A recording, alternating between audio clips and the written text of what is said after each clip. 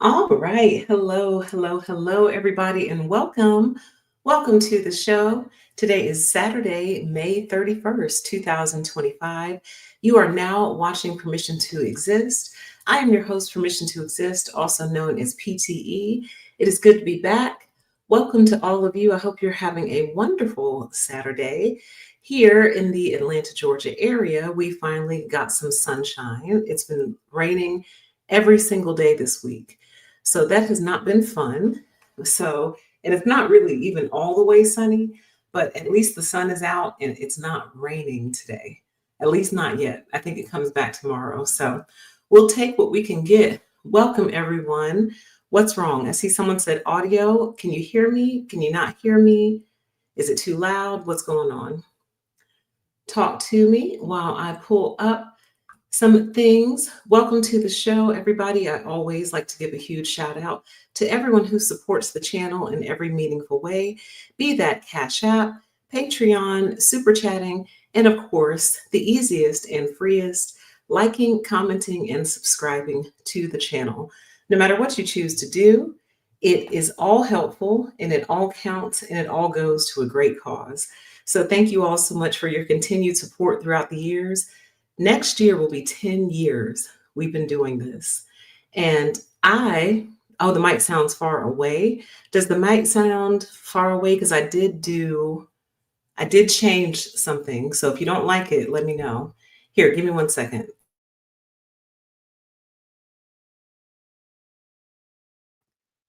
Does it sound better now? I think I need a new microphone. Does it sound a little bit better now? Because I was listening to the playback on our previous shows, and it sounds like I'm in a tunnel. And I'm confused because I'm in a room. The room has carpet, but when I was broadcasting from my old house, I was basically in my living room, which is bigger. It's much better. Okay, all right, I'll leave it. I had changed a setting, and I was hoping that I could get away with it, but apparently not. But yeah, I mean, like, I would think that this is more enclosed because I'm in an actual room now, but it actually, to me, sounds even more tunnely and more like echoey. I don't know. So maybe that is just a sign that I need a new mic, or perhaps I need to put up some soundproof like material. Like they make these things for studios that you can put on the wall to try to absorb the sound bouncing off of the wall. So I'll look into that because I'm very, very particular about my sound. I don't like it when I don't like it. So we'll get there. But welcome everyone to the show. It's great to have you. Happy Saturday. Let's talk about an issue that's near and dear to my heart. We've actually talked about this before, and I will link the video that I've done on this topic before. But in a shock report, they have found that working from home makes employees healthier. Who would have thought? Right? So we're going to take a look at this report together. I'm going to give you my commentary and my thoughts on what I feel all this means and where I think we're headed with this whole entire thing. So let me share the screen. I thought it was shared, but apparently not. Share screen, entire screen, share that one. Boom. All right. I like it when things function as they are supposed to. Beautiful. So this report actually came out May 8th, 2025. So it's relatively recent, a couple weeks ago. And it was conducted by the U.S. Government Accountability Office that I do not believe has any association with Musk and his foolishness in terms of Doge. I do not think that they're related. So that's a good thing, I think, meaning that obviously they wouldn't have done something like this because it doesn't work in their favor, because the current administration is very, very pro return to office, very, very pro 5 days in the office. And honestly, if they had it their way, they'd probably have us working 7 days a week because they just like to see people working. Like it does something for them. It's very, very strange. Like they like to see everyone else working but themselves. But that's a different topic. So anyway, what we're going to do is we're going to go through this. We are absolutely not going to read the whole entire thing, but we are going to kind of call out some of the important points and especially the discovery that shouldn't have needed a study to be done. But one thing I've learned about these people is that they don't believe anything unless a study is conducted on it. So you can kind of get them to believe anything as long as you do a study about it, because they're not going to check references, they're not going to do anything. But I say that to say this topic of working from home, is it better or worse than working in the office? People are actually studying it, and I think that's a good thing. And they are giving us reports on what they're finding, and they're truly finding the obvious. But I like that they're breaking it down and telling us why it's so obvious. So maybe we stand a chance in hell in our working careers of making this a normalized thing. Okay. So let's go through it. I'm going to read pieces of it and then stop and give my commentary. I've also linked this in the description box if you're interested in reading it yourself. And you can kind of go through the whole thing if you want to. And hey, give it to your boss and see if that makes a difference. So let's start. In early 2020, telework became an important part of the pandemic response to reduce the spread of the cough and ensure the continuity of business operations.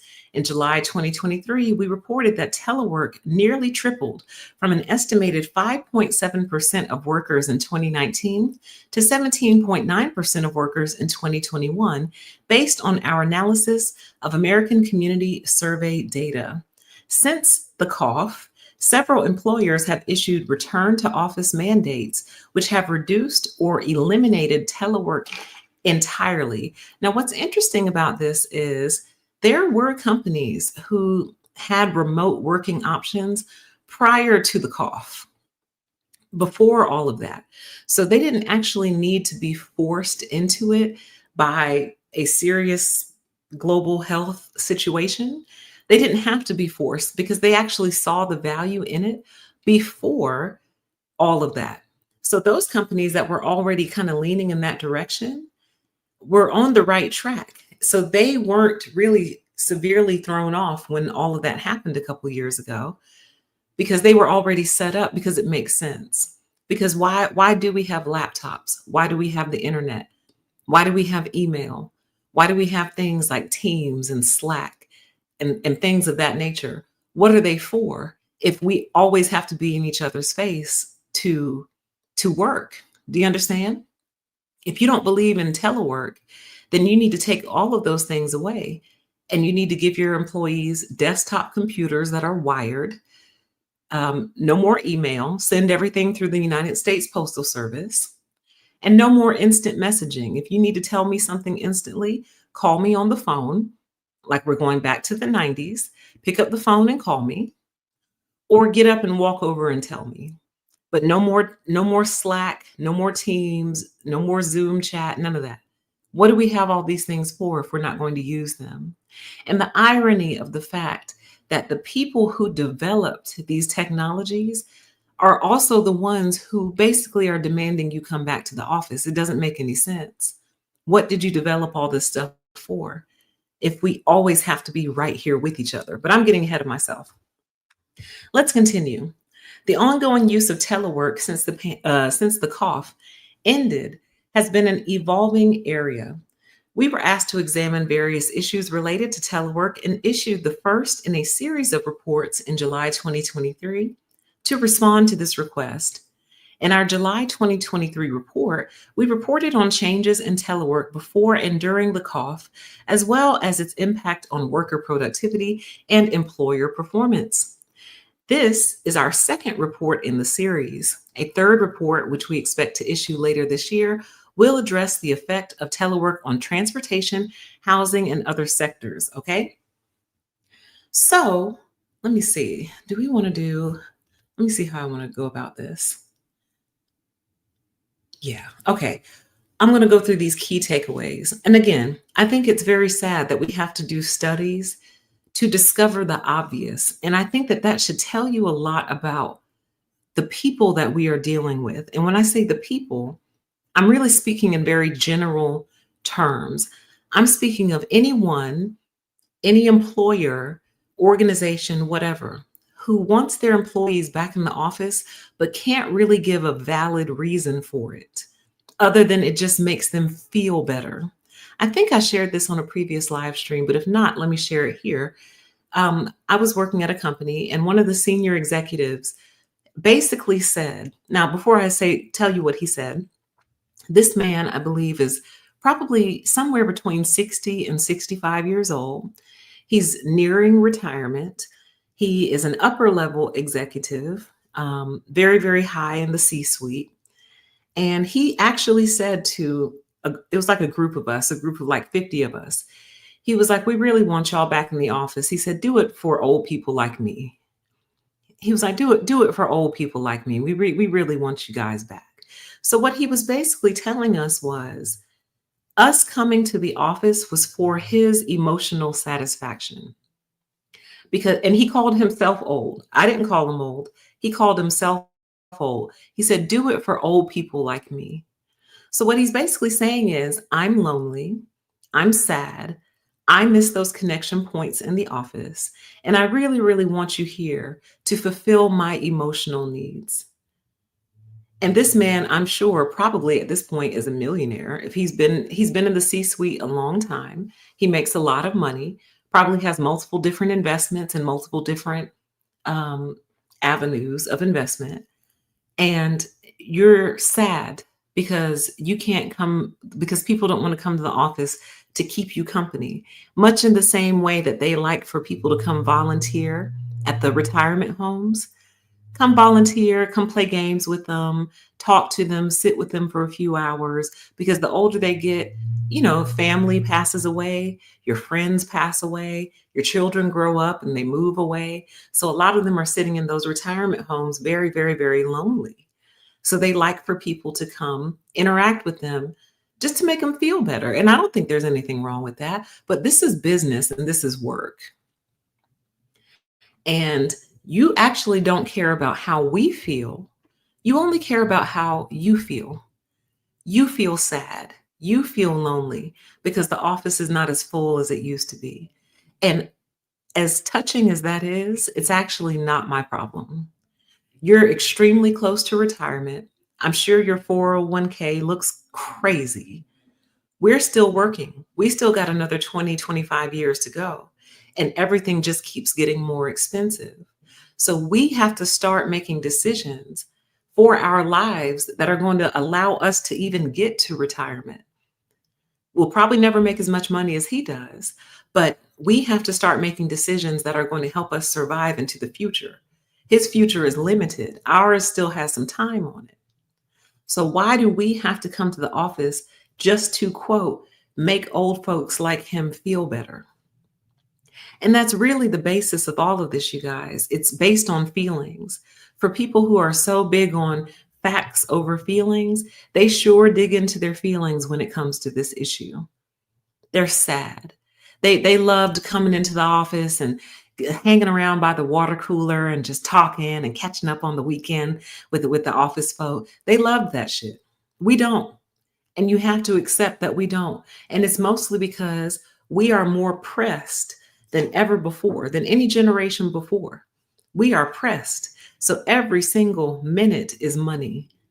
Time truly is money, but for us, every minute, every action is money, every single one. And we have to think about it in that way, but they don't. Now, this is a one off and probably deserves its own show, but I've noticed that a lot of the people pushing for return to office primarily are men. And here's why I think that is. At home, they don't do anything or they don't do very much. What do I mean by that? Especially the more money they make and the higher up they are in the company, they have someone else cutting their grass. Their wives watch their children. And if their wives aren't watching their children, the nanny is watching their children. Their wives are preparing the meals. And if their wives aren't preparing the meals, their nannies are preparing the meals. Cleaning. A cleaning lady is coming to clean their house for them. They're not cleaning that house. So they don't have to mow the lawn. They don't have to clean their house. They don't have to cook. They don't have to watch their own kids. So all they really do at home primarily is watch TV and sleep for the most part. So to them, there's no draw to being in the house. Like, why do you want to work from home? Nobody's there and there's nothing to do. They don't seem to understand that. I don't see a lot of women pushing for return to office. And that's because a lot of day to day activities fall on women's shoulders quite often. Hold on one second.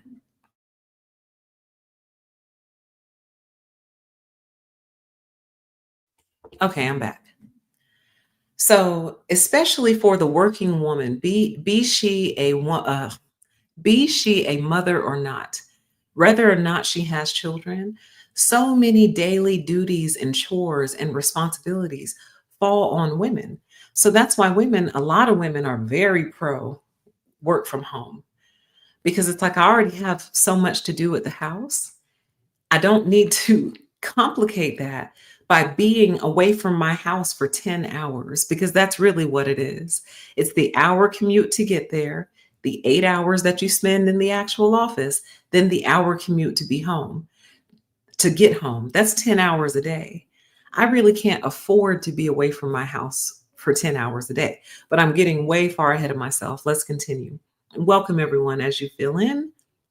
So here are some of the key takeaways from this report. The employer stakeholder organizations we interviewed said private sector employers consider several factors when deciding whether to adopt telework, such as job types, costs, and effects on recruitment and retention. They said employers also consider effects on their ability to track job performance and maintain collaboration. We'll talk about that. The employer stakeholder organizations most often said the greatest benefit of telework is the ability to attract and retain staff. Worker stakeholder organizations also said telework benefits recruitment and retention. And the reason it does is because, let me tell you something. I know a lot of recruiters, right? First of all, they're having trouble filling these positions at all. That's first of all, but we'll talk about that at another time. They can barely get anyone to say yes to these jobs, okay? But what they have found is that, especially in tech, when they're recruiting for tech, they'll get a great candidate interviewed very well, has all the skills that they're looking for. And then the candidate will be like, so do I have to come into the office? And they're like, well, yeah, you have to come in 3 times a week. And the candidate tells them, well, no, thank you, but thank you for the opportunity. And in some cases, exactly, chat says, don't forget the hour it takes to get ready for commuting and working. See, I was being generous, but that's the truth. It takes me about an hour to just shower and get dressed. So an hour to shower and get dressed, an hour to travel over there. We're already 2 hours in. Then I got to sit there for 8 hours. And now we're at 10 hours. And then if I'm lucky, my commute will be 1 hour back home. So that's 11 hours. But really, if we were really going to round up, it's closer to 12. But we'll talk about that in a second. But they have candidates walking away from job offers because they refuse to come in, and I don't blame them. I do not blame them at all. And I highly encourage you guys to follow that model. Do I have to come in? And if they say, yeah, 2 or 3 days a week or 5 days a week, you just say, thank you for the opportunity and walk away. Make it hard for them to fill these roles. Because especially in tech, most people who work in tech, they're on their computer all day. And they sometimes need 3 monitors, 4 or 5 different monitors. And a lot of companies just aren't willing to provide that. They're not going to give you 5 monitors to do your job. Some will because they understand that you need it, but others won't. So they have their whole setup at home.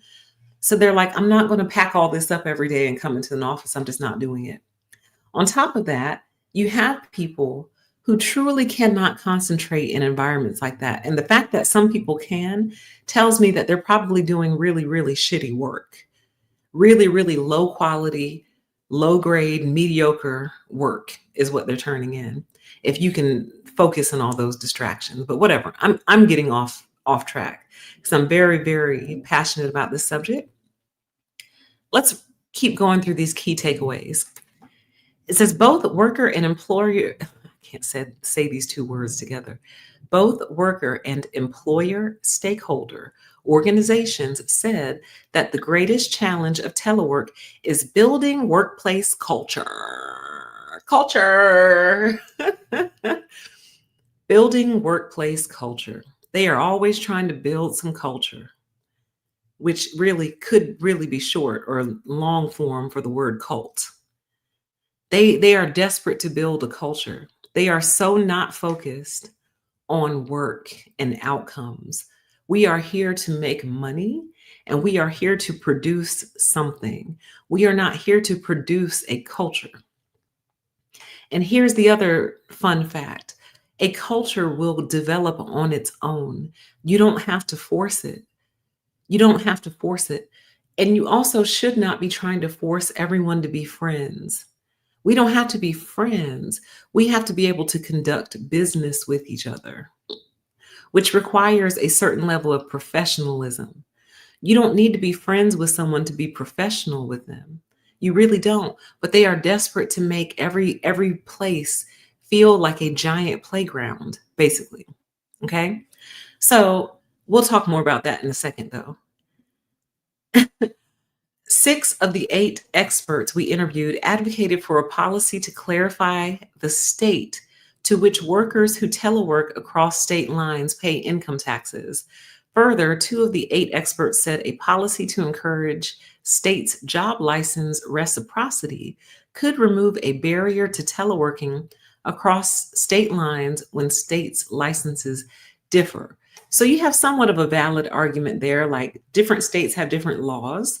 So if an employee is in a state that has a certain set of laws, making sure that you comply with those laws. But the easiest way to avoid that is if you don't want to have to contend with whatever laws they're dealing with, just don't hire anybody from that state. It's actually pretty easy. They act One thing that drives me crazy about life today is these people who are trying to make these policies and trying to control everyone's lives. They act like there aren't simple solutions to many of the things that they call problems. Like, well, what about all the different state laws? Well, why don't you research them? There's people who know what those are. And then if you decide that those laws are something that you can't comply with, just don't hire anybody from that state, honey. It's actually fairly easy. It's an easy solution. It's easy. Okay. 7 of the 8 experts we interviewed said telework helps those with barriers to work, such as workers with disabilities, remain in the workforce. And I think this is major. I think this is major because while a lot of businesses have done different things to try to accommodate those with different disabilities, for example, wheelchair ramps, things of that nature, it still has got to be a beast of burden to be a person who uses a wheelchair and you have to get up, get dressed in the morning, and then somehow, I guess, get into your vehicle because some wheelchair users are able to drive cars with different modifications, load your chair into your car, deal with the commute, which is going to be different for you than everyone else because you have a different set of worries. Because what if you get into an accident and your wheelchair gets damaged on the way to work? Now, what do? You're on the side of the road, your car doesn't work, and your wheelchair is damaged. And you have some form of a disability that probably makes it difficult or impossible to walk. So now you're really screwed. Whereas someone who's able to walk, their car gets damaged. And yes, that sucks. Yes, that's going to ruin your day, but they can still stand on the side of the road. They can still move away quickly from danger if they need to. They can walk to the nearest gas station. You see what I'm saying? So it presents a different set of concerns that a lot of us just don't have.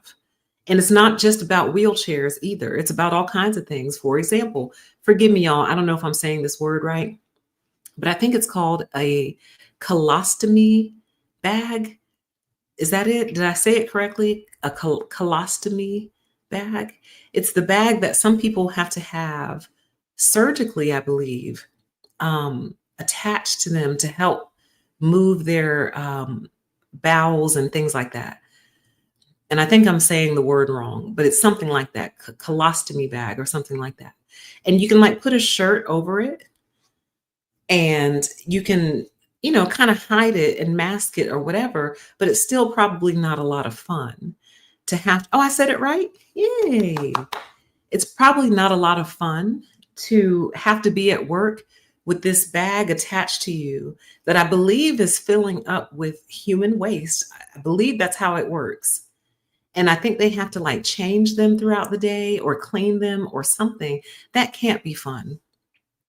And I know a lot of you might disagree with this, but the ladies in the chat probably won't disagree. But let me just tell you, it is not fun having to go to work when you are on your period. It's just not. It's not. It's not fun for many different reasons. One, it hurts. It's typically associated with pain. Those of you who have pain-free periods, congratulations. I envy you, but it hurts. So we could start there. It hurts.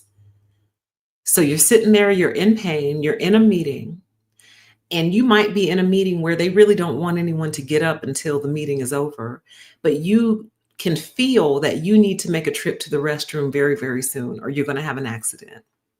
Then you got to deal with your coworkers, seeing you take your purse with you, which don't make assumptions about why I'm taking my purse with me. Mind your own business, okay? Because I could be taking it with me for any number of reasons. But, around that time, you take your purse with you and then you have to unwrap or do whatever you do, however you manage your monthly cycle. And someone walks in, they hear you with the tampon wrapper. It's just humiliating. It's so undignified. Even though it's other women in the bathroom with you, it's just so undignified because we are not family. You're not my sister, you're not my mother, you're not my child, and you're not my spouse. You are a stranger, essentially. And oh, she's on her period this week. Like, it's so undignified. And it's not fun. And it happens once a month for many, many years of a woman's life until it finally goes away. It's not fun to have to try to manage that. And then I've heard like horror stories of teachers, for example, who barely get bathroom breaks because they're not allowed to leave their students. So, they can't go to the bathroom until class is over, basically. Like, it's nightmarish. But I should have said this at the start of the show. We're actually not talking about jobs where you obviously have to be there. Certain jobs, you obviously have to be there in person. Like, duh. And teaching might be considered one of those, but that doesn't excuse the fact that a teacher can't use the restroom until class is dismissed. But anyway, I say all that to say that there's all kinds of disabilities, and working from home eliminates probably 80 to 90% of the issues people with disabilities face in the office. But then here's the other issue with the disabilities argument. There are some disabilities that they don't consider disabilities under the law. For example, people who are very sensitive to smells of any kind. That's not really a disability under the law. It's not. It's not a disability to hate the smell of someone's perfume all day. It should be, don't get me wrong, it should be classified as a disability, but it's not. It's not. People who don't really like to be cold. For example, me. It's hard to explain because I don't want to be hot in the office either. I don't want to be sitting there sweating at my desk, but I also don't want to be freezing cold to the point where my nose starts running. Like, I consider that a disability. Like, I have the inability to sit in a freezing cold place to the point where my nose starts running because it's so cold. And then they always say, oh, you can bring a sweater, you can bring a blanket. Awesome. So now I have a blanket that I have to manage while I'm trying to work and I'm on my period. You know what I mean? Like, it's just a lot. It's a lot. And my coworker's perfume smells horrible. Like, it's a lot. And I bring that one up because so many businesses don't allow you to have space heaters. So, and that's my solution for being cold. Like, there's a little space heater down next to me right now. It's just not on. But when I'm sitting here working, I turn it off and on all day. Like, I'll be fine for a minute, then I'll get too cold, turn the space heater on. Get too hot, turn it off, but it helps me manage my temperature. Those aren't considered disabilities. Should be though. Chat, exactly. Chat says if it's cold, I can't focus. Exactly. If I'm freezing, I literally can't focus on what I'm trying to do. The only thing I can focus on is getting warm. So then I get up sometimes and at the office and walk outside where it's hot. And I'm like, oh, I feel so much better now. But then they want to know, where did she go? Why has she been gone for 30 minutes? I don't know. She's defrosting because she's freezing. Okay. Chat says the overhead fluorescent lights. Yes. I don't know why they want to ignore that and act like studies haven't proven that those fluorescent lights are not good for us. They're really not. But we're having to stare at these fluorescent lights. It's really miserable. You know, the one question that I never see asked with these studies is, why don't employees want to come in? Like, have you surveyed thousands of employees and asked them, why don't you like to go to your office? They will tell you. But I'll tell you why they don't ask. I'll tell you. The reason they don't ask is because they don't consider our answers valid. They don't consider any of our complaints legitimate, and they don't consider any of our answers valid.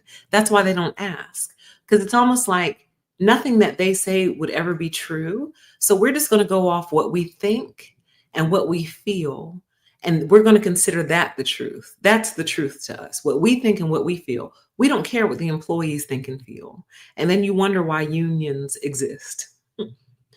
Anyway, moving on. Oh, God. Welcome to the trolls. Y'all are some of my biggest fans, and I appreciate you because you coming here trolling me actually runs up my engagement metrics. So thank you. Before I go on, let me block him. Boom, boom, boom. Done. Wonderful. And let's check our poll. Do you work from home? 54% of you do. Congratulations. 29% of you do not. And 17% of you are hybrid. Awesome. Awesome. I'll leave that up just a little bit longer and then I'll close the poll if I remember. All right. I would take it. My chat says, my one coworker has an office because she's a manager, but it doesn't have a window. As much as that would suck, if I can just close the door, I'm totally fine with that. You could put me in a storage closet. As long as I can close the door and lock it, I'd be okay with that. They could get people back to these offices if they would just give them actual offices with doors that they can close, because that eliminates so much. It really does. Like if my coworker's perfume is overwhelming, if I can just close my door and then turn on my air purifier, I'm good. Like now I'm happy again. You understand? It's not hard. Dealing with humans is not hard. They make it hard because they are always trying to impose their will on other people. We have a word for that, and it rhymes with grape. When you are trying to constantly impose what you want with no consideration for what the other person wants, that is you trying to impose your will on someone else against their consent. And we have a word for that, and it rhymes with grape. Okay? Let us continue. The Department of Labor provides guidance on telework under the Fair. Oh, hold on. We're not going to read that part. Okay. A lot of this we're not going to read. Next section, what is telework and how does it differ from remote work? We already kind of know the answer to that. What factors do private sector employers consider when deciding whether to adopt telework? We're going to skip over that. Okay. Let's go to the parts that I really want to get into. So here we go. This is on page 4. That little chart in the upper right-hand corner. It says potential benefits of telework identified by private sector worker and employer stakeholder organizations. Improved recruitment and retention, checks in both columns for the workers and the employers. Cost savings, check for the workers and a check for the employers too. They finally figured out that when we don't have to house thousands of people in a building all day, we actually save money. We save money on electricity, water, supplies like hand soap, paper towels in the bathroom, toilet paper, things of that nature. We save a lot of money when we don't have to try to house 1,000 humans in a building all day. Amazing. Who would have thought? Time saving, workers check, employers check. Increased flexibility, workers check, employers check. Now, watch this. Look at the line that says improved mental and physical health. The workers get a check, the employers have an X.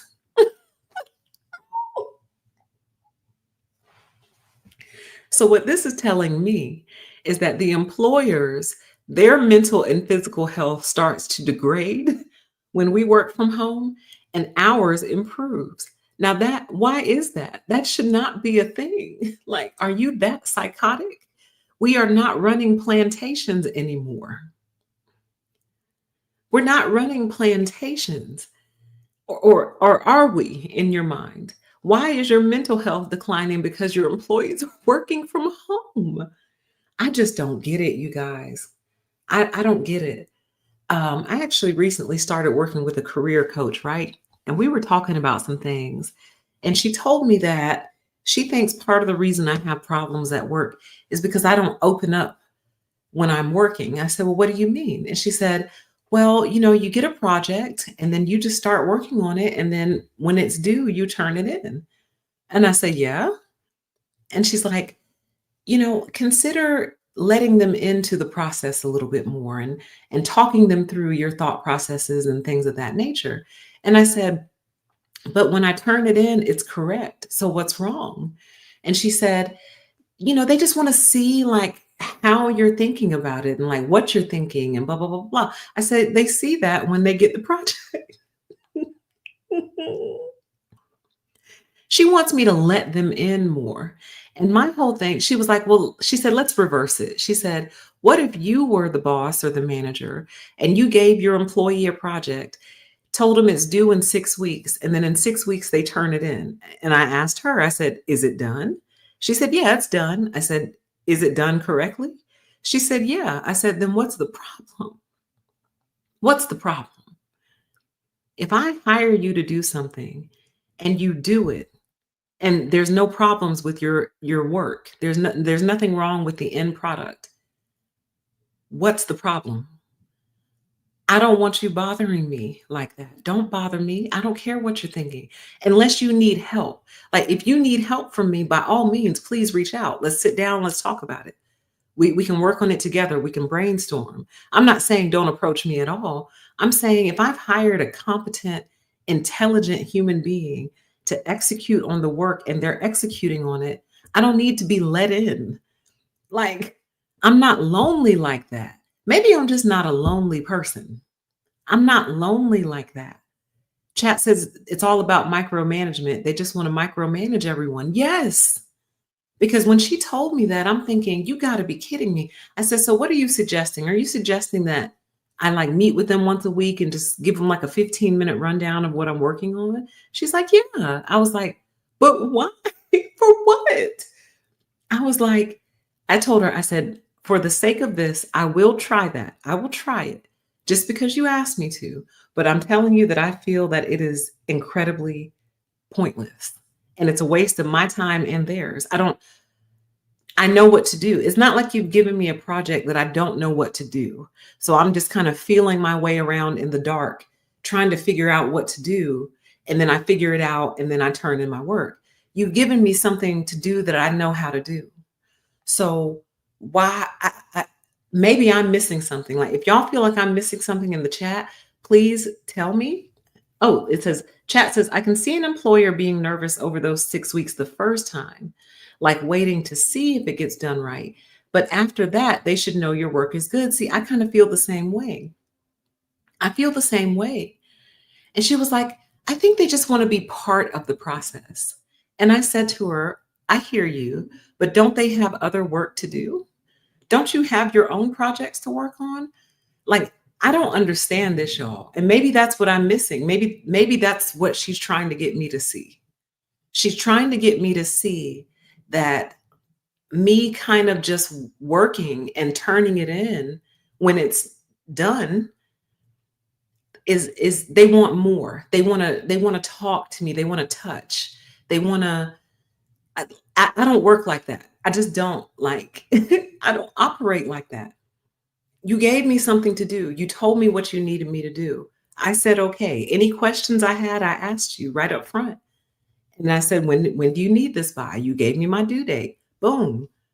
Either I turn it in on my due date or before the due date, and it's correct. What's the problem? She wants me to let them in. I'm like, "Oh my God, you people are so freaky. Y'all always want to be let into something." That's why Diddy is in so much trouble now. Y'all always trying to touch and let and want to be all touchy and emotional and close. And this is work. This is business. This is business. But I'm gonna give it a shot just to see if she's right. Chat says you're right. A lot of these people are lonely and seeking connection through methods of control. Absolutely. Absolutely. The chat says they want all five senses: feel, taste, hear, see, and smell. They just want you. And y'all wonder why they keep getting caught up in all these sex scandals because they just want to consume you whole. They want to eat you up. And I'm not like that. Like I keep a distance. And I really do it on purpose, but also when I'm working, I'm working. Like, what if I hired someone to clean my house, right? And I'm like, hey, clean the living room, the kitchen, please, the dining room, and one of the bedrooms.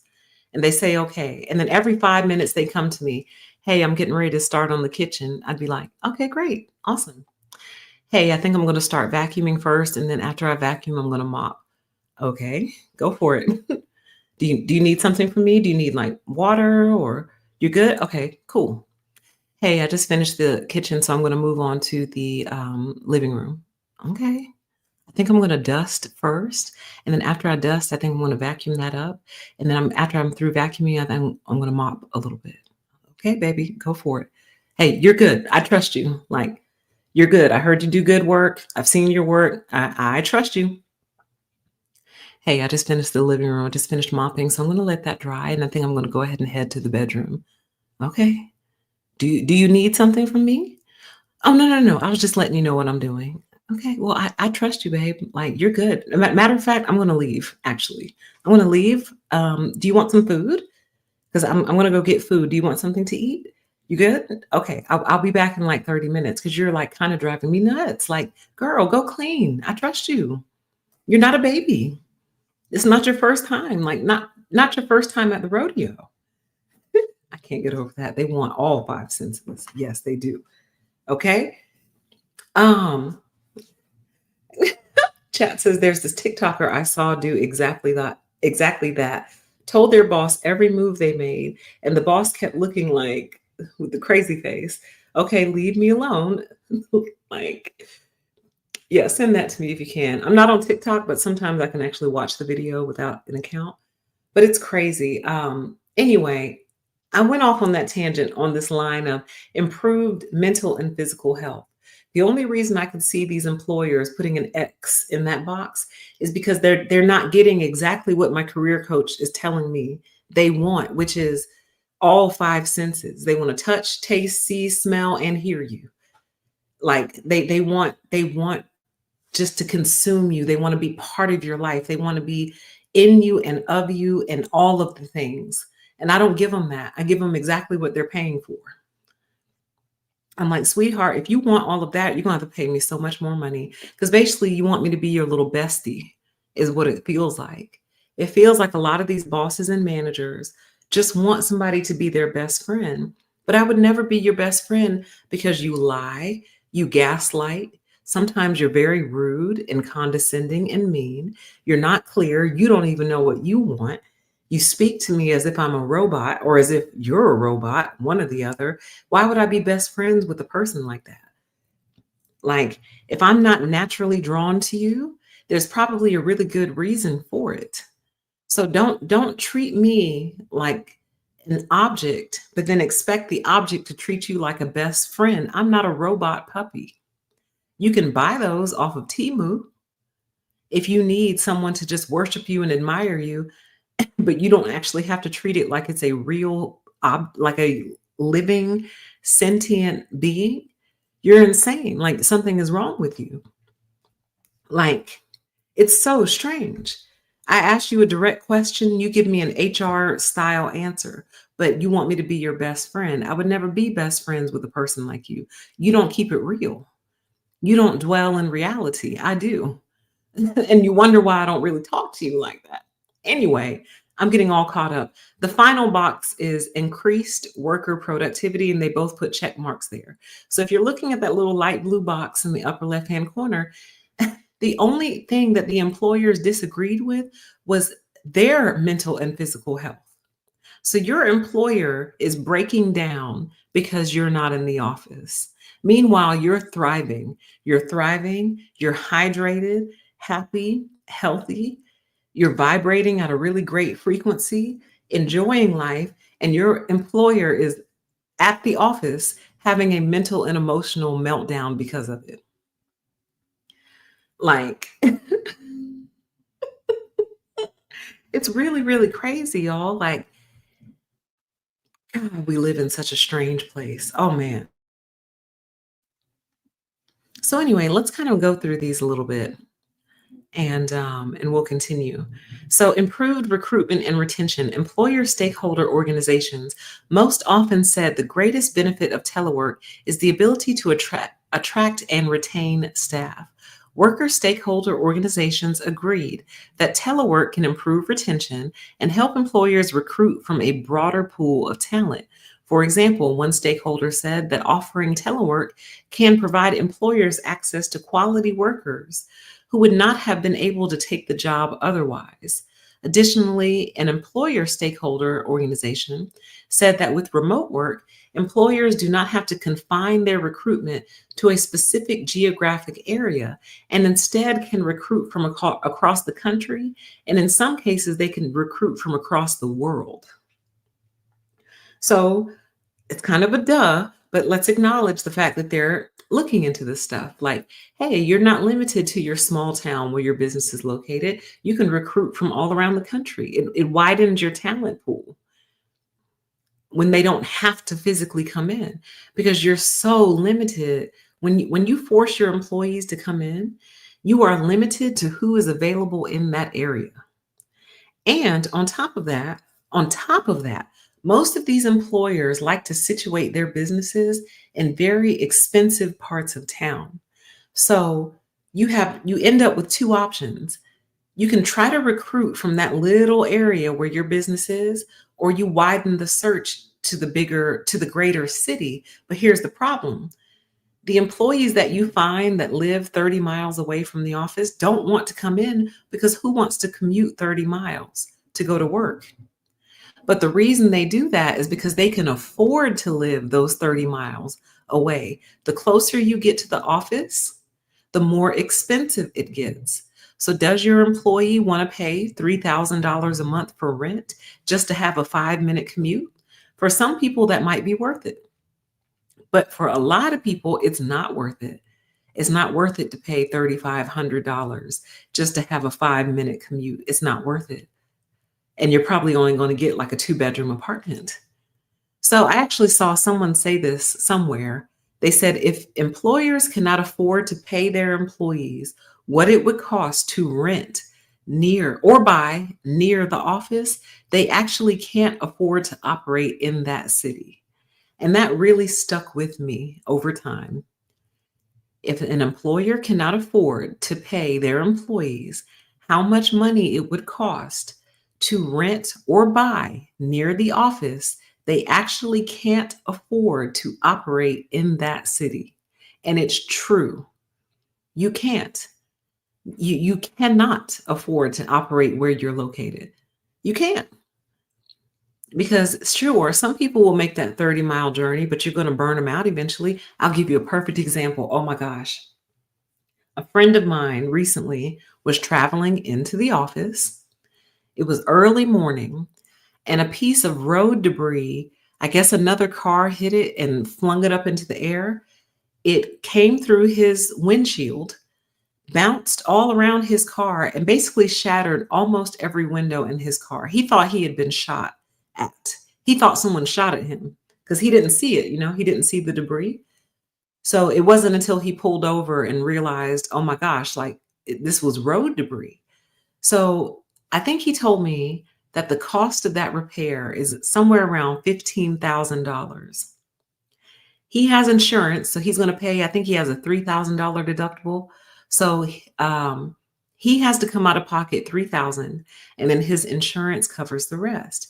Well, then that means that was a $3,000 trip to work. And that's not counting the rental car and everything else that he has to go through while he's waiting for his vehicle to be fixed. But that was a $3,000 trip to work. I can't tell you how many flat tires I've gotten on the way to work.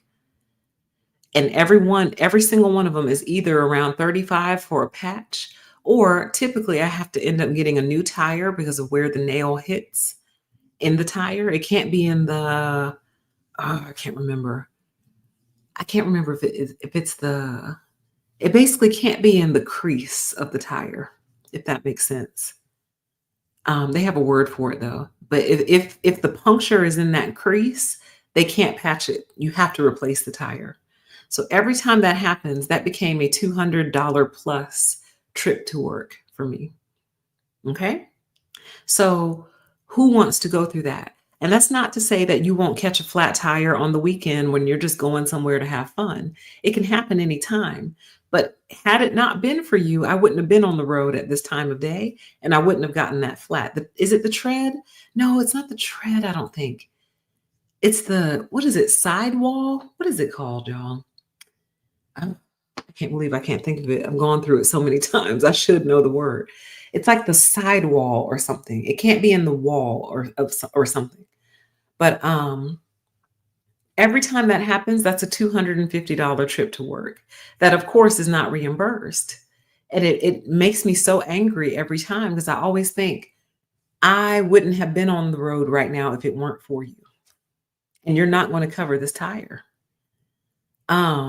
So anyway, that is just something they should pay for the wear and tear, and they should actually also pay for mileage, which I know some jobs do, but those jobs are more so like traveling salespeople and things like that, pay for your mileage. But anyway, let's continue. Oops. Oh, go back. It says view of an employer stakeholder organization. One employer stakeholder said many workers become remote workers to accommodate a changing personal circumstance. For example, a spouse's new job or a child's schooling needs that require them to move to a new city. Without the opportunity to work remotely, workers in these situations would have left their company. So it's like, really think about that. Let's say you found an all-star employee, and then something happens in their life to where they can still do their work. They just can't come in all the time. And if the company is like, well, you need to be here, you need to come in, they walk away. So now you've lost an all-star employee who's walking away with all this knowledge just because you couldn't be flexible. It's crazy. It makes no sense. It really doesn't. Okay. Let's see. Well, let's move on. Blah, blah, blah, blah, blah. Reduce office space. Oh, look at this. View of an employer stakeholder organization. One employer said after the cough, it reduced its office space by half, which cut its lease cost by 50%. I mean, duh. Like, I just don't get it. This stuff is so obvious to me. And it's so obvious that it makes me feel stupid. I'm like, what am I missing? Like, if you don't have to house 1,000 employees, you only have to house maybe 200. Eventually, when you renew your lease, you can rearrange some things and then your lease is not that much. You save money. Like, why wouldn't you want to save money in that way? I don't get it. It's like they like to spend money. So anyway, that's a duh, but I'm glad that they called it out. Let's see. Now, here's one that we may not necessarily like how they said this, but I agree and I'll explain. It says, view of an employer. An employer said their organization was able to save money on salary costs by hiring 2 remote workers at a lower salary. because wage rates and the cost of living were lower at their remote work site locations than where the organization's offices were located. So, in other words, they're like, ooh, we can get cheaper employees by making them remote. Now, some of you may not like that, but hear me out. I've told multiple recruiters, they'll call, they'll tell me about the job, blah, blah, blah. I'll be like, what are their in office requirements? And they'll be like, oh, it's 3 days in the office, 2 days work from home. And I said, I will actually take less pay for a fully remote job, or maybe coming in the office once a week. I'm willing to take less pay. And believe it or not, y'all, they always reject it. I've been rejected every single time that I've made that proposition. And I just don't understand. You have an employee, you have a person who's telling you, you could actually pay me less and let me work from home every day. And they reject it. What does that tell you? I'm like, wow, they are actually putting a price tag on having you there every single day. That means more to them than just paying you less. And when I say less, I would take substantially less to not have the burden of going into the office every day. Substantially less. That's how much it means to me. But clearly, that's also how much it means to them. They'll actually pay you more just to have you there. So you're paying for presence, is what you're paying for. Because understand the work doesn't change. You just want to see me. Baby, that costs money because this ain't free. This hair that I have to do every single week, washing and conditioning and styling and letting it dry and then taking it out and making sure it looks okay, that costs money. The makeup that I'm going to put on so I don't look sleepy, that costs money. These clothes are going to get worn out faster because I'm wearing them all the time to come to your office and I can't wear the same thing every single day. That costs money. These shoes cost money. Grooming supplies, body wash, toothpaste, toothbrushes, deodorant. And it's not that I don't do these things when I'm home, but the thing about it is, like, I don't really care if my hair needs to be washed when I'm at home, but I do care if my hair needs to be washed when I'm at the office. Because when it's me at home, I'm the only one being subjected to my unwashed hair. And I'm okay with that because I don't judge myself that harshly. But if I'm going to take my unwashed hair into somebody's office, well, now I'm subjecting other people to my unwashed hair. You understand what I'm saying? Like, I have to do so many things to be presentable and socially appropriate for you. And all of those things cost money. This costs money, honey. And we don't have a team of makeup artists working on us. Okay? So, interesting question. Chat says, that's wild. Are there any metrics on whether they make more money when people are in the office? As a matter of fact, in this report, it shows, or it's either this one or another one I was looking at, productivity actually decreases when people go to the office. And to me, that's another duh, but it's nice to see it in a study. They found that people's productivity decreases, and of course it does. You're already unfocused from your commute, which may or may not have been pleasant. You get in there, you probably have to go to the bathroom. On the way to the bathroom, you're stopped by one of your coworkers for a 15-minute conversation you didn't plan for. Finally make it to the bathroom, get to your desk. You're trying to get set up. Here comes another coworker, stops you for 6 minutes. They go on about their business. You finally get set up. Email, you might have a meeting or something. Like the distractions are endless. And then on top of everything else we've already discussed, like being cold or conversely being hot, which also sucks. It's cold or you're hot, the lights are flickering, your coworker's perfume is driving you crazy. I had one coworker, I just didn't understand her. And I don't know why she would do this, but she would literally sit at her desk and yell, not yell like she's being aggressive, but she would talk very, very, very loud during her conference calls. And it was so bad that every time, well, Zoom calls, not a conference call, but a Zoom call. Every time she got on a call, I would just get up and go somewhere else. I would take my laptop, take my water, my phone, and I would just get up and I would just go to another part of the building because I'm like, You really expect me to be able to focus with someone literally yelling over my shoulder?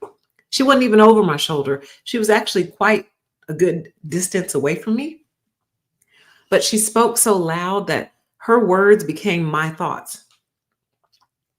So before long, I'm in the meeting, even though I'm not in the meeting. And I was like, okay, I'm thinking about her work and I'm supposed to be thinking about mine. Let me just get my stuff and go to another room because this is ridiculous. And sometimes those calls would be long, hour and a half, 2 hour long calls where it's almost like she couldn't hear herself speaking. So she spoke louder. Whew, what a flashback. Okay. But you got one too in your office. You can hear her across the office. Like that is ridiculous. That's ridiculous. Like, and the fact that we like to sit around and pretend as if people can focus through that. And the thing that I always bring up is when people are taking exams or certification tests, what is the number one thing that they require in those exams? They require quiet. You're not allowed to make all that noise when people are trying to take a test, like their SATs or PSATs or whatever, or any type of certification test where you're taking it in a room full of other people. They don't allow you to make all that noise. Why? Because people have to focus and think and concentrate so they can hopefully pass their test or get a high score. They don't allow you to disrupt people like that during examinations. What makes you think work is so different? For some reason, they think you should be able to focus through all these conversations and chatter. And one day I was it was basically a cubicle, and I was on a call, and two of my coworkers, for whatever reason, they were walking and talking, and then they got so wrapped up in their conversation that they ended up stopping right behind my desk, like in the open part. And they're just having a full blown conversation while I'm on a call. So I eventually had to tell the person, give me just 1 second, okay? And I turned around and I said, ladies. And they said, oh, sorry. And then they went on about their business. It's like, you people can't be serious. So it's like, I can't even, you want me to come to the office, but I can't even do my work at my desk because of stuff like that. Two people stopping right behind. I know they could see me because I could see them in my camera. They were right behind me. I'm like, I know you see that I'm on a call, but you're just having a full blown conversation behind me. And I had to tell the person, give me just 1 second. Ladies, oh, sorry. Yeah, take that shit outside. Listen, I'm so traumatized by working in offices. But anyway, let's continue. Let's see here. Blah, blah, blah, blah, blah. Overhead costs, blah, blah. We talked about that. Blah, blah, blah, blah, blah. Save money. Wage rates, we talked about that. Blah, blah, blah, blah. Blah, blah, blah. Again, this is linked in the description box if you're interested in reading it yourself. Okay. Ooh, let's talk about this. So, increased flexibility. A worker stakeholder said their organization's survey of workers age 40 and over identified flexibility as one of the top requirements workers look for in a new job, noting that telework provides workers with increased flexibility to meet personal needs. Employer stakeholders agreed that flexibility is a determinant of worker satisfaction and can help retain workers. That's because our lives are complicated now. When you're 21 years old, it's not that you don't have a lot going on, or 25 even. It's not that you don't have a lot going on, you do. But the older you get, the more complicated your life gets. Many 40 plus year olds have children. They have children, they have aging parents. They might have homes, they might be homeowners. They have different appointments that they need to make and attend and things of that nature. All this different stuff going on. And it's not exactly neatly placed. For example, many doctor's offices are not open on the weekends. So any doctor's appointment that you need to make, you have to make that during the workday. And it's usually not fun to launch from the office to go straight to your doctor's appointment or dentist or whatever. Like, that's just one example. You know, you might, if for the homeowners out there, you might have a contractor come into your house and you need to be there to let them in, you know. So who wants to drive 30 minutes to the office, leave, drive 30 minutes home just to let the contractor in? I can just work from home for the day. Let the contractor in. I go off to my office or wherever, complete my work, contractors finish, they go on about their business, everyone's happy. Life gets more complicated the older you get. It doesn't get less complicated. So I could see why they would appreciate flexibility, but I'm sure even younger workers appreciate it too because they're young and they have lives and they want to go live them. They want to go hang out with their friends and spend time and socialize and do things like that. They don't want to be stuck in this office all day. Typically, with people older than them, it's not fun. Improved mental and physical health. Worker stakeholders said telework can improve certain workers' mental and physical health by allowing workers to have a better work life balance. One stakeholder surveyed their remote workers and found reported decreases in their levels of emotional exhaustion, including feeling less burned out, less dread about work, and emotionally drained compared to workers who reported to the job site.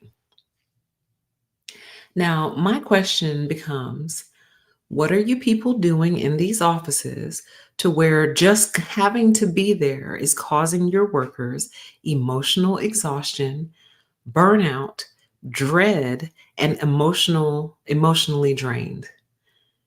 This is them telling you that this is what you're doing to us. You are exhausting me emotionally. You are burning me out. You are filling me with dread, and you are emotionally draining me. This is what y'all need to work on. This is what these employers need to fix. And truthfully, because I've thought about this a lot, I thought to myself, what would make me want to come to an office every day? Like hypothetically, what would make me actually want to come? What would pull me in? Like, what would make me choose the office over the comfort of my home? What would make me choose that? And I did come up with an answer. Are y'all ready to hear it? One, proximity. It would have to be like, I would say anywhere between 5 or 10 minutes from my house, no more, no less. Well, no more than 10 minutes max. Okay. It would have to be very, very close. That's number one. Number two, I would have to have an actual office with a bathroom in it. And actually, I would prefer a full bathroom. So I want one that has like a shower, a toilet, a sink, a mirror, all the things. Okay. But we're still not all the way there. It would have to be like stunningly beautiful. There'd have to be like plants everywhere, like different types of plants. I would love like a fish tank, different fish tanks. Um, Something that makes me walk in and go, oh my God, this is so beautiful. I cannot believe I get to be here. It would also have to be remarkably clean, like remarkably clean, incredibly clean. Um, but even with all of that, like, is that enough to pull me out of bed? No, not really. It's not compelling enough. I'd have to be making a lot of money. I mean, a lot of money. A lot of money to where me getting up and going, I'm like, oh, I don't mind going because I make a lot of money. I make a lot of money. So it'd have to be extremely profitable. And my employer would have to frequently give me gifts, and I mean real gifts, not a cup and a pen. You would have to give me $100 gas card. Here's some money to go buy you some clothes. Like, here's some money for some shoes. You would have to pay for my food every day. And it had to be food that I want and food that I like.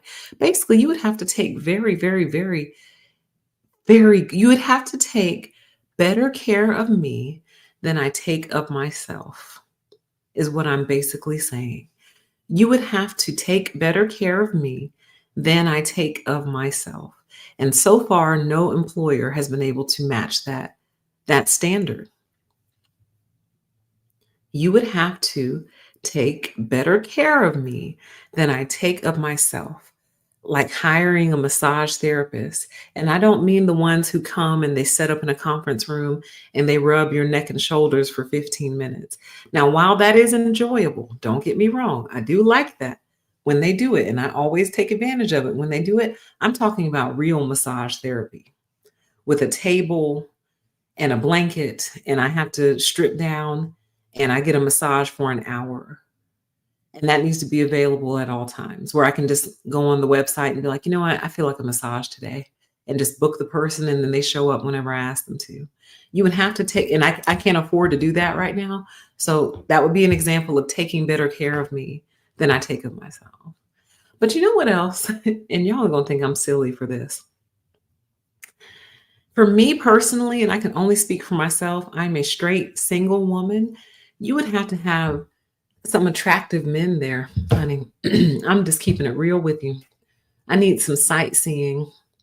I need some eye candy, like some attractive, friendly men that roam the office all day.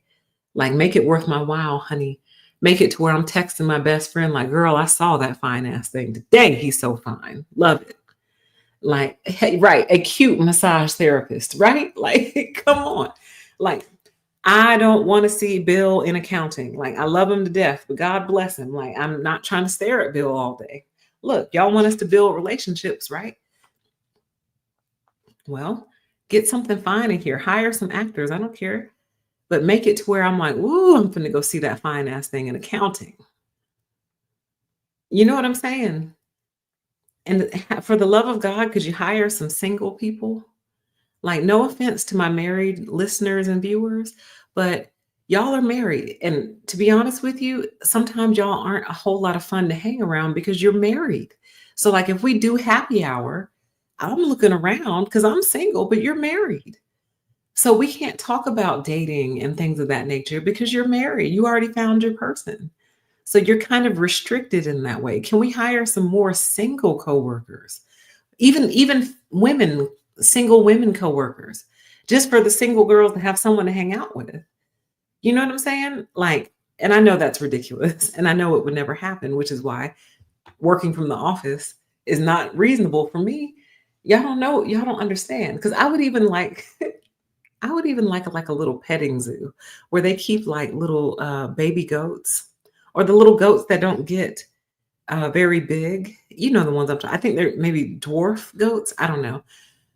Like, where there's like little baby goats, maybe some puppies, maybe some kittens out there, other little tiny cute baby animals that in between calls I can go visit my little animals and say hello to them and play with them and feed them and love on them a little bit. And then I go back to my office to like hand. See, y'all not prepared for my type of office. You're really not. You're actually not. You're not ready. Okay. You know what? Okay. Now I'm drifting.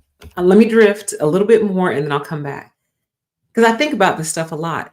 The perfect office to me, if I had to have an office where people have to come in, right? Hypothetical, I would actually buy out one of these luxury apartment buildings that they build. You know, the ones that don't have open hallways? All the hallways are closed off, but there's like a door every couple of feet, and those are the apartments. I would buy that. We would renovate it to where, like, because obviously you don't want an office where there's all these shut doors because, excuse me, let's be real. People have sex with each other. Let's be real. And we don't need a whole lot of hunching going on at the office. So I would probably put that sheer, that frosted, like frosted glass would be the doors. So where you still get some privacy, right? But it's like kind of a little bit more open because we don't need y'all hunching in the office. Okay. Go home. You want to hunch, go home in your lunch break, hunch and come back. Okay. No sex in the office. All right. It gets too messy.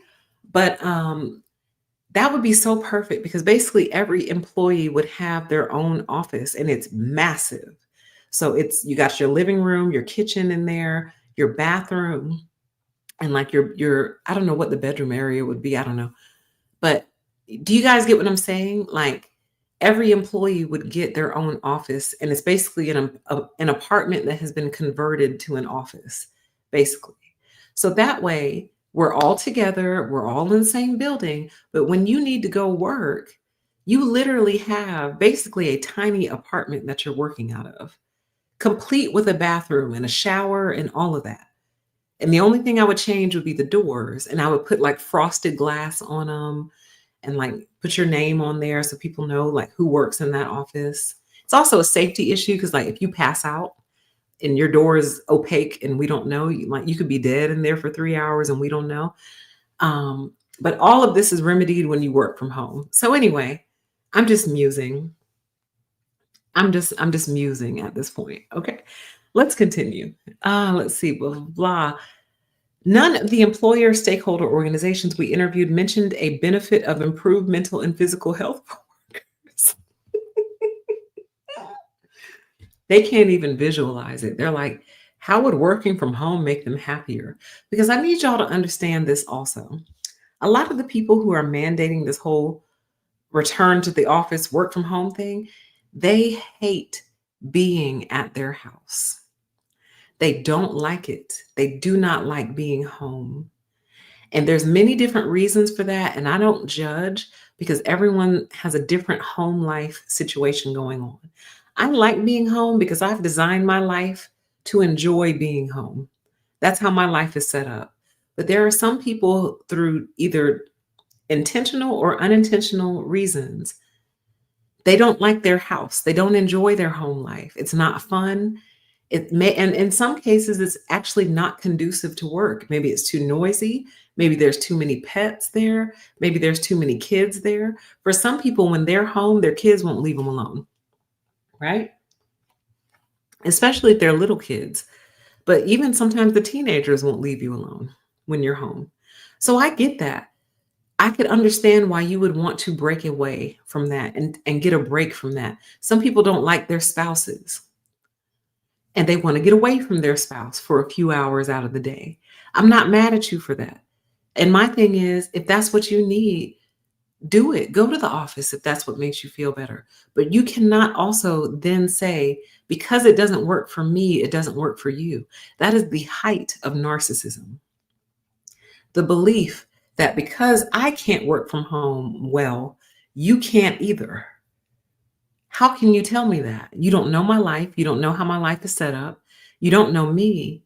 How can you say with such certainty, oh, nobody can work from home? There's too many distractions at home. Really? Is your home filled with distractions? Because mine isn't.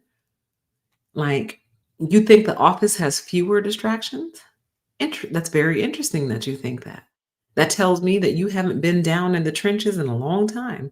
You've been sitting in your C-suite. And ironically, also, the same people who frequently want you back, they have offices at work. They have their own office where they can close the door. So they don't see what the problem is because they come to work, they say hello to everybody, they go up the elevator to their office, and they close the door. And they take all their phone calls from there. Sometimes they eat their lunch in there, and they're having a great day because they're undisturbed in their office. They don't understand why you're having a problem at your cubicle. So, like, these people are delusional, they're deluded, they're narcissists, and their narcissism affects everyone else because they believe that because something doesn't bother them, it doesn't bother you, and vice versa. And they also lack creativity and imagination, like most narcissists do. And they can't imagine why you wouldn't enjoy being at your cubicle, getting coughed on by your neighbor, the cubicle next to you. That's another thing I haven't brought up this whole show, but that's a whole nother issue too that I used to hate. I come to the office healthy. And because my coworker has decided to come to work sick with a cold, now at the end of the day, I don't feel so good. Now I'm starting to kind of run a little bit of a fever. Now my throat is getting kind of itchy and my nose is kind of starting to run a little bit. Oh, great. I caught my coworker's cold. Awesome. I showed up to work healthy and I left unhealthy. That should be considered an occupational safety hazard, by the way, but OSHA doesn't look at it that way, but it should be. Like, what if you are an immunocompromised person and you really can't afford to get sick like that? And your coworkers have no respect for you and they come to work sick, not knowing that perhaps you're an immunocompromised person. And now you have a cold that you have to battle that's going to kick your ass harder than it's going to kick theirs because you're immunocompromised. People don't think about this kind of stuff. Or here's another one. Maybe you're not immunocompromised. Maybe you have a baby at home, a newborn. And we all know newborns really aren't supposed to catch colds and stuff like that. They do, but they're really not supposed to because their immune system is still putting itself together. So you go to work healthy, your coworker next to you has a cold that she brought to work with her. She gets you sick. Now you go home with this contagious illness and you are breathing over your newborn baby. Like it's really insane. Chat says everyone wants to be in an environment that they can control, for example, noise, temperature, etc. For the workers, that's at home. For the bosses, they probably enjoy the control they have in the office. That is really deep. That's deep. That's why they're happy because they control the office environment. So they're happy. For them, it's almost like being home. But for us, because we don't control that environment, it's miserable. And we're not happy until we can actually get into an environment that we can control. That's really deep.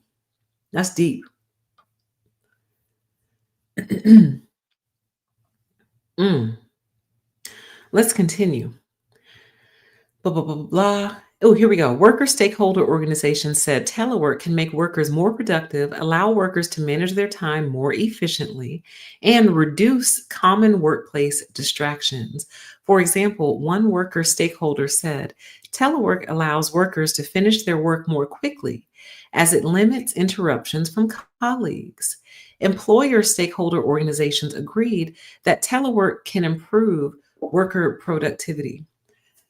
And it's amazing that they agreed to this. Like, I'm surprised they didn't fight that. But it's true. I'll never forget one day I was running late because traffic was insane. And I had 15 minutes before I had to hop on this very important call, right? And I needed, because they were very much a camera organization, turn your camera on. So anytime I turn my camera on, I like to look presentable, and that involves makeup. And I didn't have time to do my makeup that morning because I was already kind of running behind. But I generally don't do my makeup before I leave anyway. And that's a different discussion. I just don't. It takes up too much time. It takes like 30 minutes when I could use those 30 minutes to get to the office. Anyway, so I get there, I'm rushing, and one of my coworkers, we'll just call her, we'll call her Caitlin. No, because that doesn't really communicate the age. We'll call her Marge.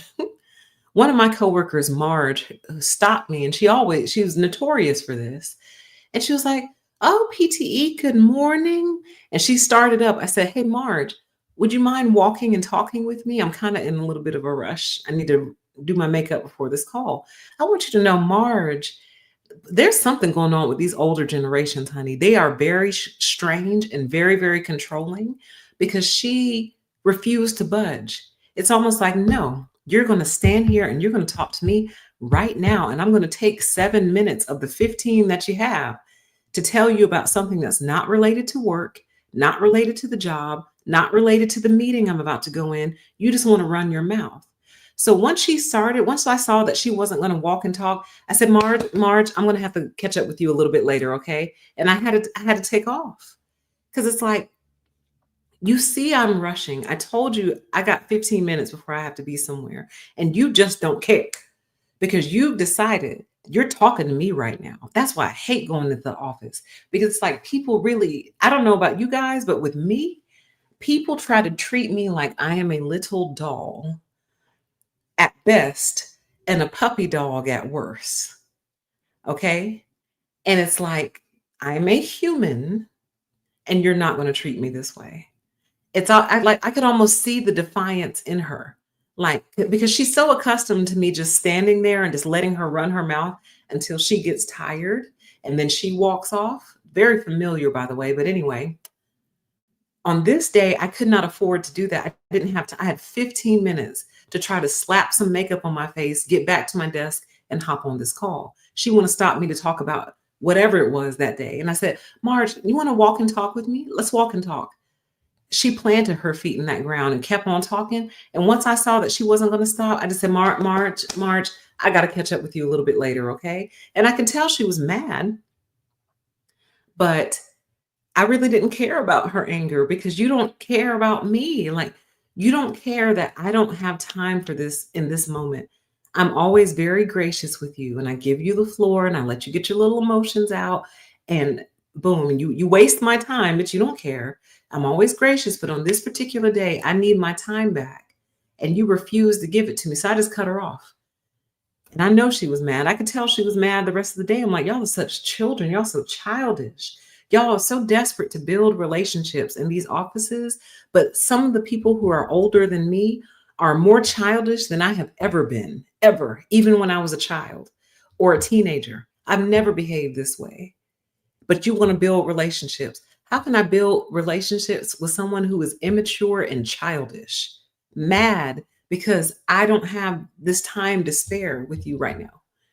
And you're notorious for wasting people's time. People run the other direction when they see you coming because they know that you're going to stop them and waste 20 minutes of their time that's probably already limited.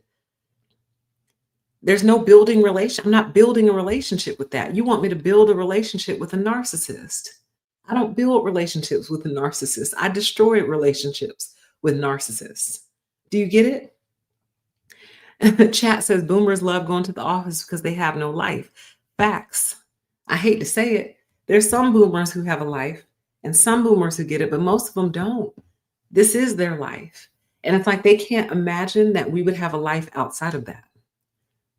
Like I had one coworker, I used to tell her all the time, please leave for lunch, because she would bring her lunch. It's not the bringing her lunch that used to bother me. It's that she would work and work and work, and then she would eat her lunch at her desk and then keep working, working, working. Sometimes she wouldn't stop to use the bathroom for 4 hours. And I would say, darling, you need to go outside and touch grass, and you need to see the sunshine from time to time. You don't have to go spend your money at these restaurants because they are expensive, but take your lunch outside. They have patio tables. Go sit outside, step away from the computer for 6 seconds and go enjoy some fresh air and the breeze and the sunshine. Like trying to remind her that she's a human being. And one day she did it, and she came and she told me, she said, PTE, I just want you to know I went outside for my lunch today. I said, I'm so proud of you. I'm proud of you. Good for you. Do it more often. And the reason that it stood out is because I would leave every day.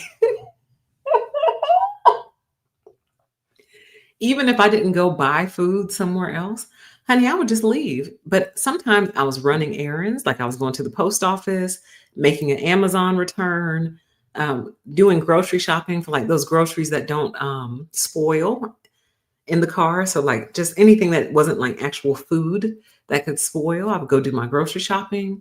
I would go do all kinds of little things on my lunch break. That was my sacred, cherished time. And I fought very hard to defend it. And I think they were impressed by that. They were impressed that there's somebody who actually values their life and cares about themselves. So anyway, I hope she kept doing that because I don't work there anymore. But I hope she continued. Let's see. Probably not though. How long have we been going? Oh my God, we've been at this for an hour and a half. Okay, let's see. What else do I want to highlight from this? We already talked about workers with disabilities, caregivers and parents. We kind of talked about that, kind of touched on two career couples.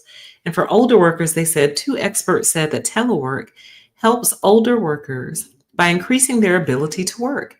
Additionally, one worker stakeholder said telework can help retain older workers when they might otherwise have to drop out of the workforce for caregiving.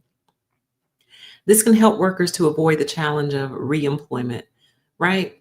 Like if you have to take care of your ailing parent, or sometimes your spouse had a surgery or something, and they just need a little bit of extra help around the house while they recover, It's nice to be able to hop off a meeting, go check on the person you're taking care of, and then go back to working, right?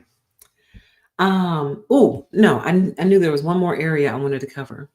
So what are the potential challenges of telework for workers and employers? Here's this first one. Building workplace culture. Now, apparently the workers agreed with this too, but the employers, of course, agreed with this. And here's what I want to say about that. Oh, let me close this poll really quick. So the poll, do you work from home? It ends at 51% yes, 36% no, and 13% hybrid, okay? So I'm going to close the poll. Thank you to everyone who voted. Congratulations to those of you who have full-time remote jobs and hybrid. Hybrid can be cool too. And I know some of you just have to go in because that's the nature of your job. So I hope that if you want remote work, you do find it eventually. Okay. Now, building workplace culture. Let's talk about the culture.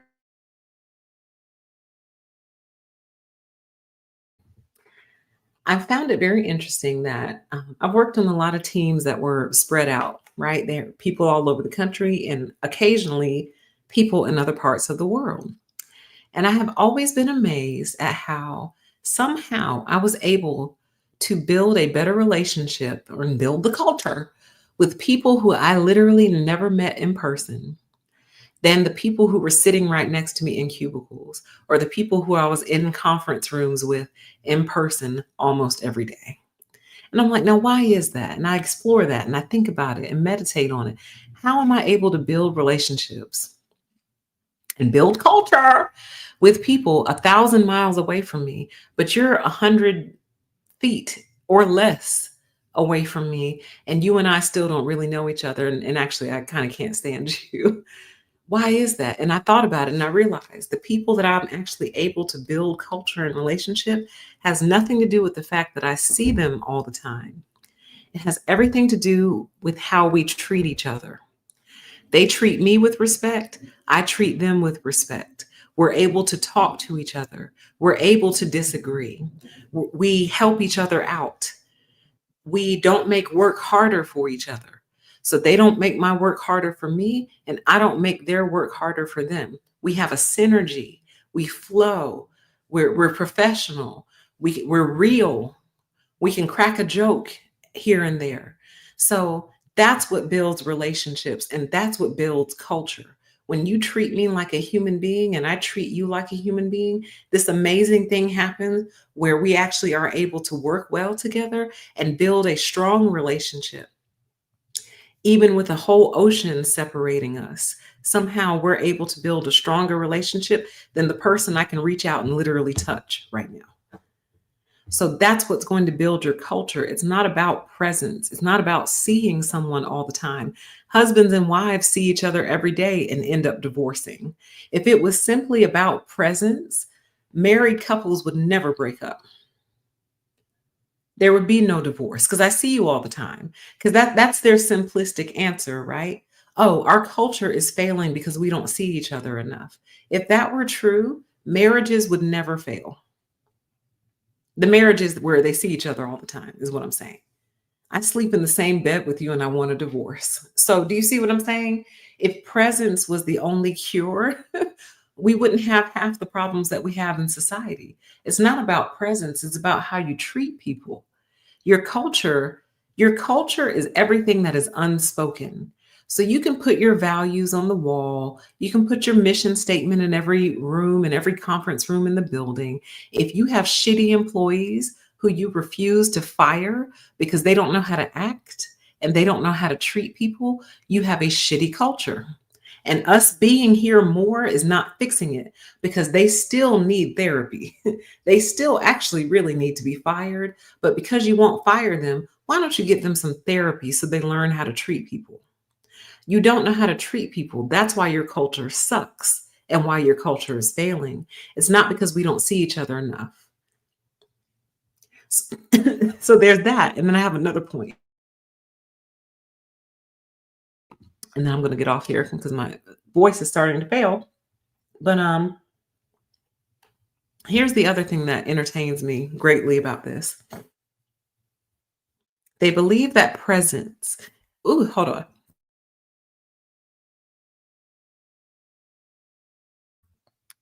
All right. They believe that presence is the solution to everything, right?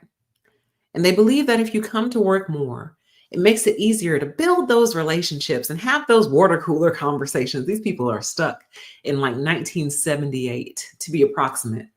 Um, they believe that's what does it, right? But then in the same breath, they will tell you that you are not allowed to date your coworkers, that they highly frown upon it. And if you have a relationship going on with somebody, you need to report it to HR to make sure there's no conflict of interest, right? Now, I understand the legal ramifications of that. Trust me, I do. But understand that you got this man in my face every day, and he's tall and he's fine and he smells good. And I'm little and cute and I smell good. And we are being exposed to each other every day. And we're both single. And I got to see him and talk to him and interact with him and pass him in the hallway and pass him at the coffee machine and go to the happy hour, blah, blah, blah, blah, blah. We're in each other's face every single day. You don't think sometimes people are going to hook up? You're insane. Where else are they supposed to meet people? You got them trapped here 40 hours a week. Are they supposed to meet people on that limited free time after work and the limited free time on the weekends? So what I'm saying is, I'm not saying that coworkers should just start dating and sleeping with each other, even though it happens, though. It happens all the time, whether or not these companies know about it. But that is an expected outcome. You got this person in my face every day, and I find them attractive, and they find me attractive, and we kind of can't hide from each other. It's almost like if people got stranded on an island, probably after about a year, at least one baby is going to be born if they never get rescued and have the food they need to survive. If you strand a bunch of people on the island, after a year, a baby is going to come out of that if they're fertile and of childbearing age. So what I'm saying is, please stop trying to force people to come into these offices and then have the absolute audacity, nerve, and gall to tell them that they can't date each other. Like you literally, this is like a 24/7 dating experience. Yes, it is. Chat says the core values is such a scam too. 100%. It's nothing but lip service. It makes them feel better. It's performative at best. Okay. So yes, and office affairs. Chat says office affairs. So hear me out on this. I believe cheating is wrong, especially if you're married. Um, I think it's horrible and I think it has devastating consequences, but I see why and how it happens though. You got these people here all day. Most of them are not happy. They're miserable in the office. So you start commiserating with your coworkers over that misery. You're trapped there. And it's like people just get to know each other. They spend more time with each other than they do with their spouses because their employer demands they be there. And affairs happen. And again, I'm not justifying it. I'm not saying it's right. I don't think it's the right thing to do. But if someone is attractive to you and you're trying to ignore them and you're trying to be a faithful husband or a faithful wife, but they are literally put in your face all day, every day, day in and day out for 8, 9, 10 hours a day. Y'all are in each other's face. It's like the human eventually kind of breaks down, if that makes sense. The resistance breaks down, the will breaks down because you don't have the option of leaving. You can't say, oof, I'm a happily married man. She's really beautiful. Let me go over here. Let me not come to the office anymore because I find her attractive and I want to be faithful to my wife. As a matter of fact, it's the exact opposite. It's like, wow, I find this woman attractive. I'm a happily married man and I have to sit right next to her every single day. And I can't leave my desk for more than an hour.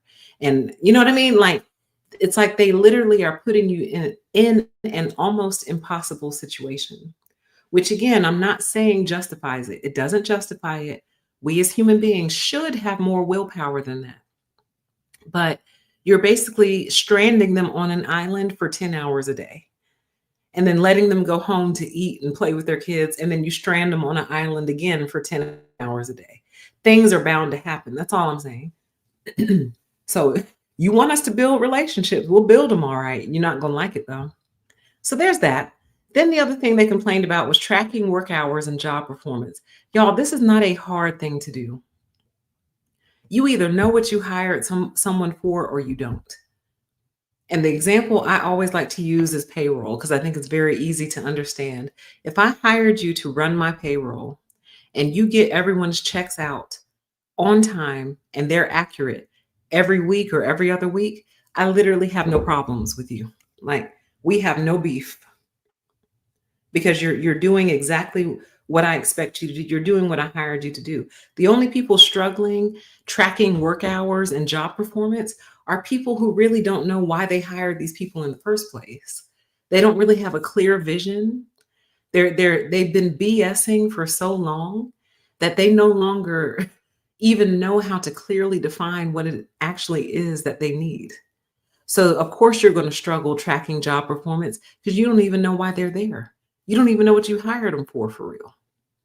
It's all, I'm surprised our country, excuse me, has survived this long with this much BS in our corporate spaces. It's stunning that we've made it this long because this is not hard. Do you know what you hired them for or not? Did they do it or not? It's actually quite simple. Did they produce the work product that you hired them for? If they didn't, you need to have some conversations. If they did, what's the problem? What are you having trouble tracking? If it's an hourly employee, for example, and you're worried that for 2 hours out of an 8-hour workday, they're not actually working, is that because they finished their work already? Maybe they're done. So do you have something else for them to do for those 2 hours? Like, this is your fault. It's your fault for not knowing what's going on. I wouldn't hire a bunch of people to come work on the house and not know what I hired them for. Just calling random people to come do stuff. And then be like, well, I can't track their job performance. Well, what did you hire him to do? Well, I hired him to fix the roof. Well, did he fix it? Well, yeah. Okay. Then what's the problem? Well, I saw him having a smoke out back. Well, is he done? Well, no, but well, yes, but you see what I'm saying? Like, I can't deal with it, y'all. I can't. It's too low level for me. Way too low level. This one is actually somewhat legit. IT and data security risks. Okay, I get it. You don't want your employee at a coffee shop working on highly sensitive information where the laptop could get stolen or someone could see what they're doing. I get it. But there's remedies for that kind of stuff. And I'd also like to let you know that you're if if it's that sensitive, it's already at risk just because you have somebody working on it, period. Be that in the office or outside of it. If it's highly sensitive information and a human being is handling it, it's already at risk. I don't know what to tell you. We wish everyone has high integrity and morals and values, but the truth of the matter is there are a lot of people who don't. So it doesn't matter if they're in your office doing it or somewhere else. If a human being is looking at highly sensitive data, it's already at risk because it's in their head. They can take a picture of it with their cell phone and send it to their friends. You see what I'm saying? And then finally, we already talked about this difficulty understanding regulatory and tax requirements, but it's actually not hard because they have people that actually do that for a living, like lawyers and compliance officers and things like that. These things aren't difficult, y'all. They're not hard. They're not. Life doesn't have to be this hard.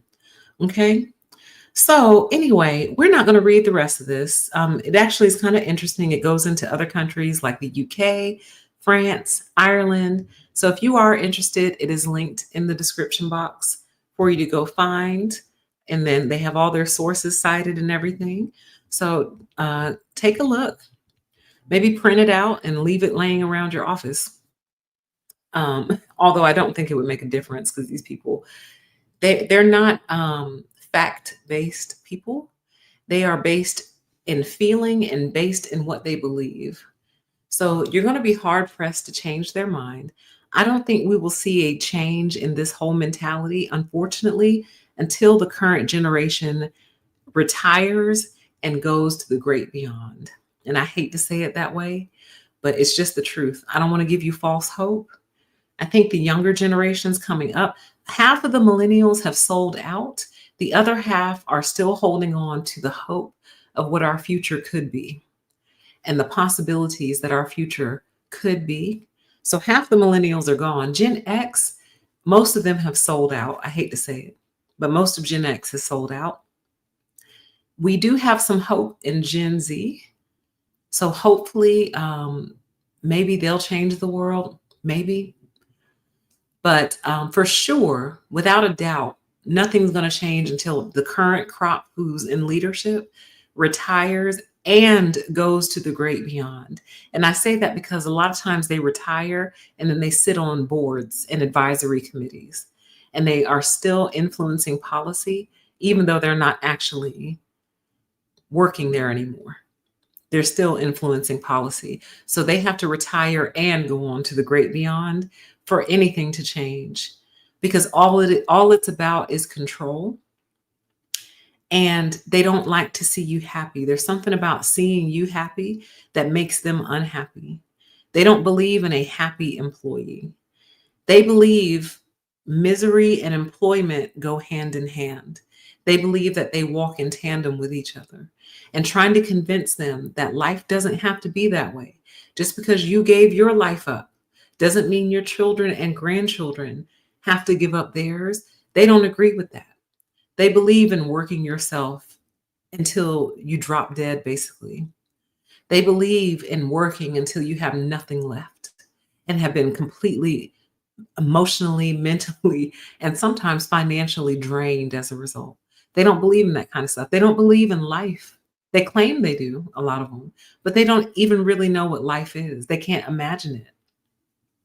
And a person with no imagination is very dangerous, because that means that whatever is in their head is all they believe to be true, and nothing else ever could possibly be true because they can't imagine it. So stay away from people who lack imagination, okay?